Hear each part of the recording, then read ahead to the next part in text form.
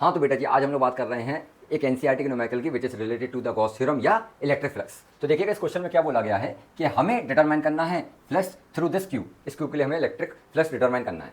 अब यहाँ पे देखिएगा एक बात हमें जो दे रखी है कि जो इलेक्ट्रिक फील्ड है that is in the positive direction of X और electric field in the Y direction और जेड डायरेक्शन कितनी है 0। यानी कि कोई भी इलेक्ट्रिक फील्ड है इस तरीके से ऊपर यानी कि वाई डायरेक्शन के अलॉन्ग नहीं है, इसी तरीके से आगे और पीछे वाले सरफेस के अलॉन्ग नहीं है यानी कि इन द जेड डायरेक्शन। सिर्फ इलेक्ट्रिक फील्ड जो है वो है इन the positive direction of x यानी कि इस पर्टिकुलर डायरेक्शन में हमें इलेक्ट्रिक फील्ड देखने को मिलेगी। ठीक है, अब अगर पॉजिटिव डायरेक्शन ऑफ एक्स में है तो हमारा जो इलेक्ट्रिक फ्लक्स होगा इस पूरे क्यूब के थ्रू ऊपर वाले सरफेस से 0 हो जाएगा, नीचे वाले सरफेस से 0 हो जाएगा, फ्रंट वाले से और पीछे वाले से कितना हो जाएगा 0, क्योंकि इस डायरेक्शन में कोई इलेक्ट्रिक फील्ड ही नहीं है। इलेक्ट्रिक फील्ड कहाँ पे इंटरेक्ट कर रही, सिर्फ एक इस वाले सरफेस से और एक इस वाले सरफेस से।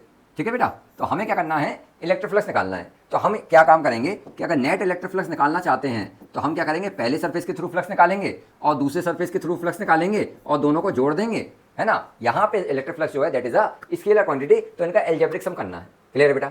अब एक बात यहाँ पे ध्यान देने वाली ये है कि जो इलेक्ट्रिक फ्लक्स है वो एक्स डायरेक्शन के साथ वेरी कर रहा, यानी कि इन्होंने जो रिलेटेड इन्फॉर्मेशन दे रखी है वो ये रखी है electric flux is equal to alpha x की पावर हाफ। ठीक है, यानी कि जैसे जैसे एक्स चेंज होगा वैसे वैसे मेरी इलेक्ट्रिक फील्ड भी चेंज होगी। ठीक है, तो इस बात पे विशेष ध्यान देना है हमको। ठीक है, अब क्या कर रहा है, इलेक्ट्रिक फ्लक्स अगर पहले सरफेस के थ्रू निकालें तो अपने पास एक्सप्रेशन वाइज क्या होता था, ई डॉट डी एस, या उसी को एक्सपेंड करके लिखूंगा मैं तो क्या होगा E D S cos theta.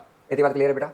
तो अब अगर मैं φ1 निकालना चाहता हूँ यानी कि through the first surface electric flux निकालना चाहता हूँ तो ई क्या होगा।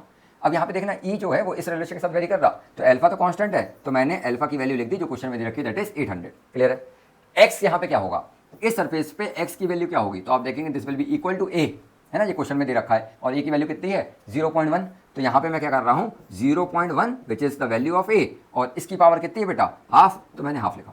इतना क्लियर है। तो ई ये आगे मेरे पास। अब बात आई डीएस की, डीएस क्या है, तो इसका सरफेस एरिया। अब देखो ये क्यूब का एक फेस है तो इसका एरिया कितना होगा ए स्क्वायर और ए की वैल्यू फिर से मेरे पास कितनी है 0.1, तो यहाँ पे मैं क्या कर रहा हूँ 0.1 मल्टीप्लाइड बाय 0.1। इतना क्लियर है।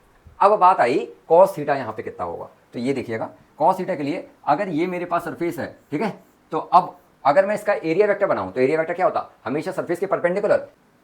अगर सरफेस ऐसा है तो उसके परपेंडिकुलर अपन लोग इस तरीके से बनाएंगे बेटा, है ना, हमेशा आउटवर्ड डायरेक्शन में होना चाहिए, या याद रखना है। ठीक है, तो perpendicular to the surface in the outward direction ऐसा होगा। अब देखिए अगर इलेक्ट्रिक फील्ड से इसका डायरेक्शन देखें, electric field positive direction of x में है और एरिया वेक्टर इस डायरेक्शन में आ रहा, तो एंगल कितना हो गया हमारे पास 180 और cos 180 की वैल्यू कितनी होती है -1, तो हम क्या करेंगे -1 से और मल्टीप्लाई कर देंगे। इतनी बात आ गई बेटा।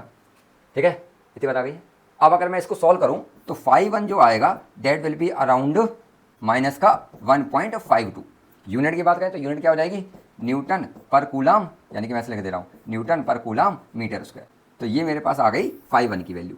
सिमिलरली हम लोग क्या करेंगे φ2 कैलकुलेट करेंगे। देखिएगा अगर φ2 की बात करें तो φ2 क्या होगा, अगेन वही E D S cos theta बेटा। ठीक है, ई की बात करें तो ई कितना होगा, वही इस रिलेशन के अकॉर्डिंगली इलेक्ट्रिक फील्ड बदलेगी। अब एक्स की वैल्यू देखिएगा यहाँ पे, अगर सेकंड सरफेस की बात करें तो सेकंड सरफेस ये वाला हो गया। इसके लिए अगर देखा जाए तो एक्स की वैल्यू चेंज हो गई, पहले ए थी अब कितनी होगी ए और ए यानी कि 2a। क्लियर है बेटा।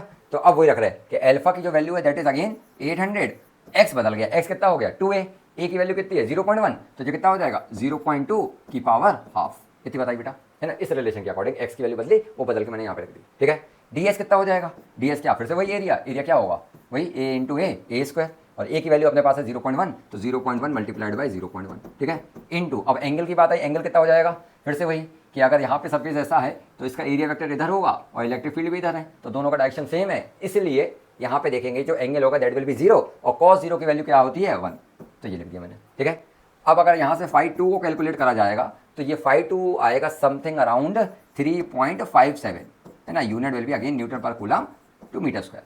इतनी बात आई बेटा। क्लियर है।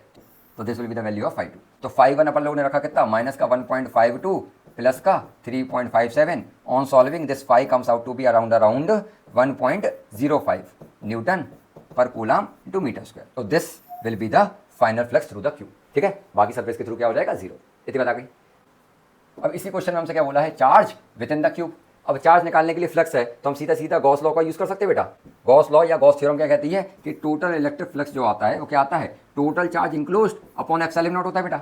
चार्ज इंक्लोज्ड अपने पास कितना आया 1.05 और एप्सिलॉन नॉट से मल्टीप्लाई करेंगे, एप्सिलॉन नॉट की वैल्यू क्या होती है 8.854 इंटू 10⁻⁻12 होती है बेटा। तो यहाँ से अगर मल्टीप्लाई कर दें तो जो चार्ज आएगा वो आएगा अराउंड 9.27 इंटू 10⁻⁻12 ऑफ कूलम। ठीक है, तो this will be the total charge include. तो this is how we will be solving the numerical. तो यहाँ पे ट्रिक के लिए नहीं, कॉन्सेप्ट के लिए हम लोग क्वेश्चन डिस्कस करते हैं। तो अगर आपको बात समझ में आई हो तो do like the video, share the video and subscribe the channel for more such videos. Thank you बेटा जी।